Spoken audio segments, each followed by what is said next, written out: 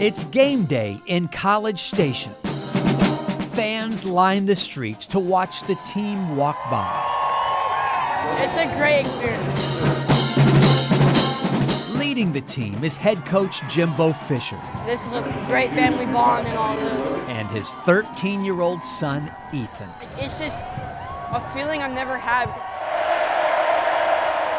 The Aggie football team is a family. It's fun. And Jimbo's clearly in charge.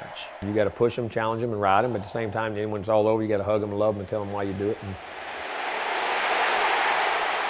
to me, it's the same thing. Coaching and being a father is exactly the same thing.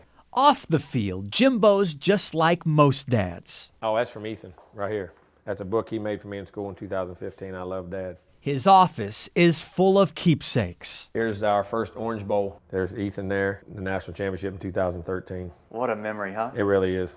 The bond between a coach and his players Love you too. is only topped by the love between a father and son. What has Ethan taught you through all this? How to live life. All coaches know some opponents are tougher than others. Let's go.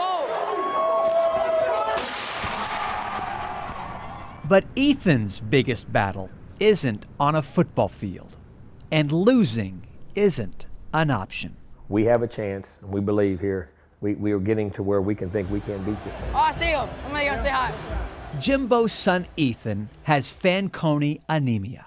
It's a rare blood disorder that there's actually no cure for. He was diagnosed at age 6. He had bad temperature, and it was getting real sick, so they took him to an outpatient, those outpatient clinics, and they did blood work on him because they didn't have any. And they said his platelet counts are really low. So they checked him, and we said, check him after a month, he should come back. So we took him after a month, the platelet count didn't go up. I said, okay, take it after another month, didn't go up. I said, whoa, something's going on here. When he got the news, Jimbo went straight to the internet. When you first read about that disease, life expectancy was less than 18, 19, 20 years old, 21 years old. We quit reading. You didn't want to read anymore. Dr. Margaret McMillan is Ethan's doctor. Time is not on the side for these children. She's the captain of Jimbo's team of researchers. He's kind of built a different team, another team of how do we attack this problem. She's been studying FA at the University of Minnesota for more than 20 years. You're born with it, so it's a genetic abnormality where you've inherited an abnormal gene from each parent, and in doing so, then the child has a disease. Abnormal cells in the bone marrow, which is a factory to make your blood, will make it that you can't make blood cells.